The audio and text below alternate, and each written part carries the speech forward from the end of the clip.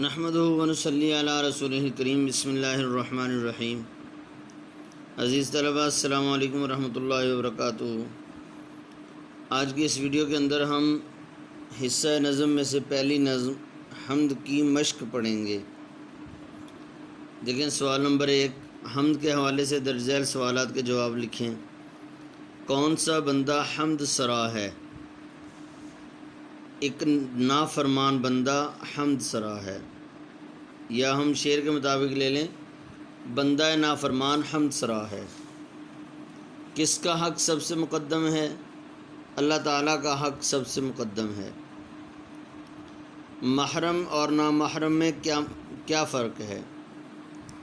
عزیز طلباء، اس کا جواب دو طرح سے ہے، لیکن میں یہ کہتا ہوں کہ اگر دونوں طرح سے اس کا جواب لکھ دیا جائے تو زیادہ بہتر ہے۔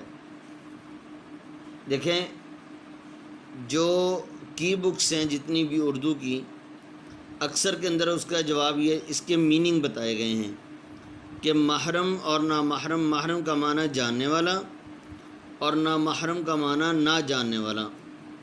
لیکن جس وقت ہم شعر کو دیکھتے ہیں تو اس میں لکھا ہوا محرم بھی ہے ایسا ہی جیسا کہ ہے نامحرم، یعنی محرم اور نامحرم میں کوئی فرق نہیں بتایا گیا کہ جس طرح محرم اللہ کی نامحرم اللہ کی نعمتوں سے ناواقف ہے اور اللہ تعالیٰ کی نعمتوں کی حکمتوں سے ناواقف ہے، اسی طرح محرم بھی گویا کہ ناواقف ہے۔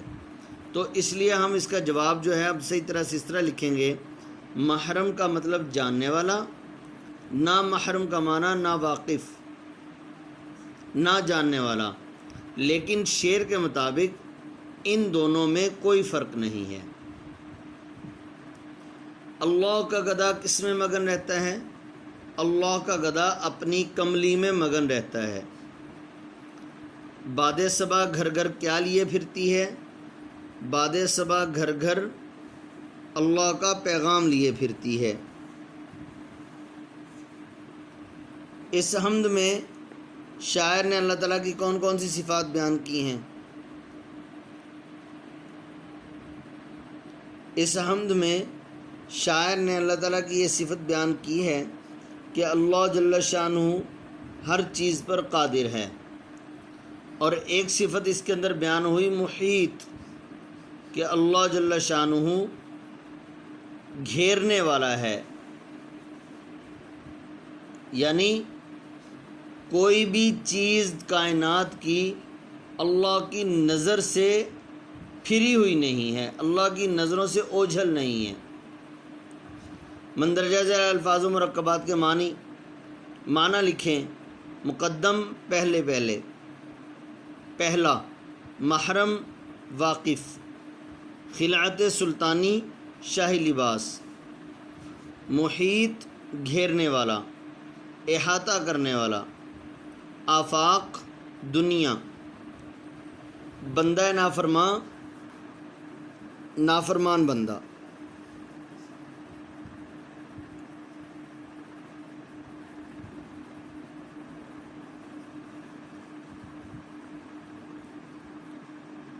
شاعر نے تیسرے شعر میں شاعر نے محرم اور نامحرم کو کس لیے ایک جیسا قرار دیا؟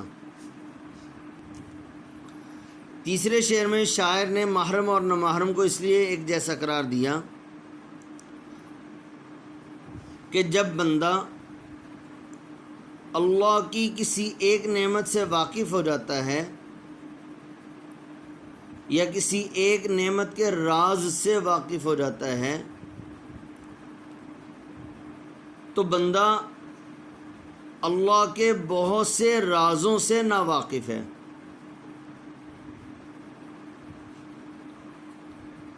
گویا کہ کسی ایک نعمت سے واقف ہو جانا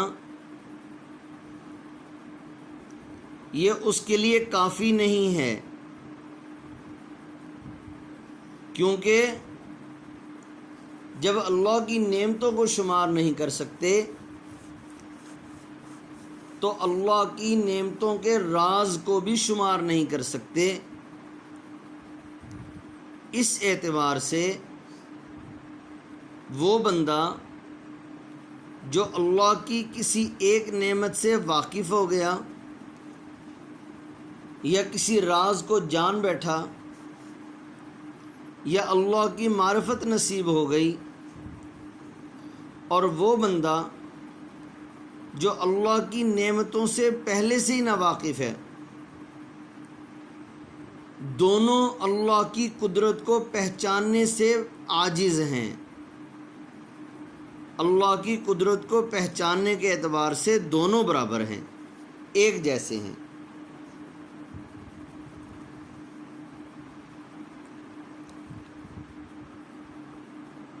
درج ذیل اشارات کی مدد سے ہم کا خلاصہ مکمل کریں۔ خلاصہ لکھنے کا طریقہ کار یہ ہوتا ہے کہ ہر شعر کا ایک لفظ بنا دیا جائے، ہر شعر کا ایک جملہ بنا دیا جائے، اور اس اعتبار سے اگر خلاصے کی لینتھ بڑھ جائے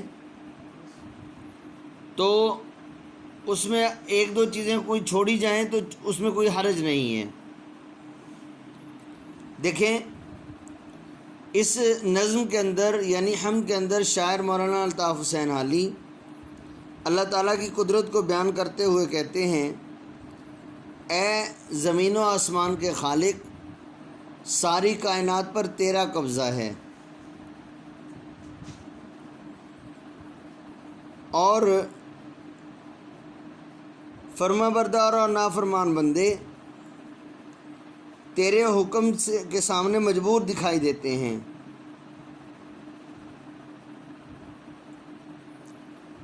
کہ سب سے مقدم تیرا حق ادا کرنا ہے، اور اللہ تعالیٰ کو جاننے والا اور نہ جاننے والا دونوں اللہ کی قدرت کے سامنے برابر ہیں۔ اللہ کے مقبول یعنی قریبی بندوں کے سامنے شاہی لباس نہیں جچتا، بلکہ وہ اپنے فقیرانہ لباس کو ہی پسند کرتے ہیں، اور اللہ کی قدرت تمام چیزوں کو گھیرے ہوئے ہے، اور پوری کی پوری دنیا میں ایک نہ ایک دن اللہ کا پیغام پہنچ کر رہے گا، اس لیے کہ صبا یعنی صبح کو چلنے والی ہوا ہر گھر میں اللہ کا پیغام لے کر پھرتی ہے۔ اعراب لگا کر تلفظ واضح کریں۔ اعراب آپ کو نہیں آئیں گے پیپر میں، یہ حصہ یہ جو اعراب والا حصہ ہے یہ 10th کا حصہ ہے۔ مناسب لفظ کی مدد سے مصرع مکمل کریں۔ گو سب سے مقدم ہے حق تیرا ادا کرنا، محرم بھی ہے ایسا ہی جیسا کہ ہے نا محرم، جچتا نہیں نظروں میں یا خلعت سلطانی، آفاق میں پھیلے گی کب تک نہ مہک تیری، ہر بول تیرا دل سے ٹکرا کے گزرتا ہے۔ نامحرم اور نافرمان میں نا سابقہ ہے۔ ایسی 5 مثالیں تلاش کریں جن میں نا سابقے کے طور پر استعمال ہوا ہو۔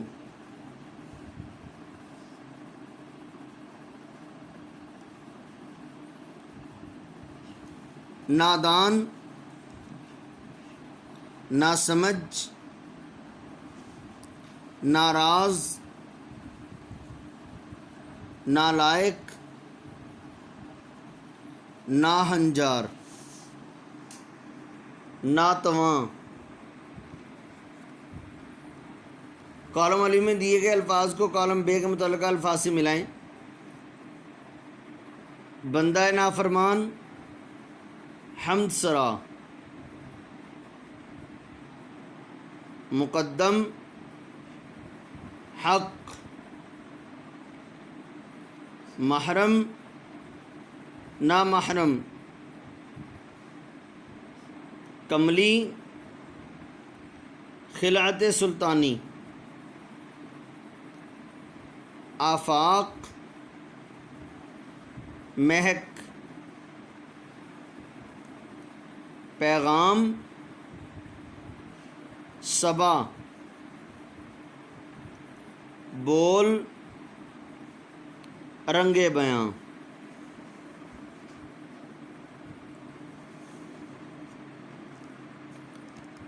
دیکھیں شعر کے اندر کچھ ٹرمز استعمال ہوتی ہیں جن کو یہاں بتایا گیا ہے، جیسے قافیہ ہے۔ شعر کے آخر میں آنے والے ہم آواز الفاظ کو قافیہ کہا جاتا ہے، یعنی جن کی آواز ایک جیسی ہے، بولنے کے اعتبار سے ایک جیسے محسوس ہوتے ہیں۔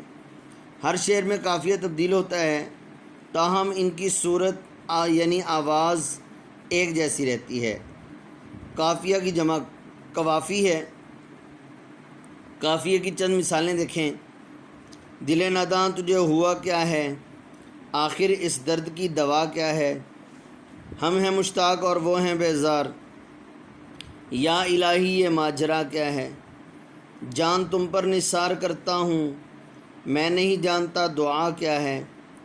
ان اشعار میں ہوا، دوا، ماجرا، دعا سب کے آخر میں الف ہے، تو یہ ہم آواز الفاظ ہیں، یعنی ان کو قافیہ کہیں گے۔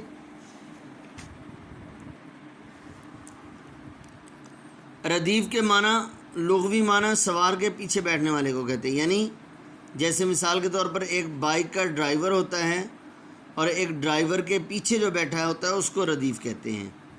گھوڑے میں دو آدمی بیٹھے ہوئے ہیں، ایک گھوڑے کی لگام پکڑنے والا وہ اصل سوار ہے، اور ایک اس کے پیچھے بیٹھا ہے، اس کو ردیف کہیں گے۔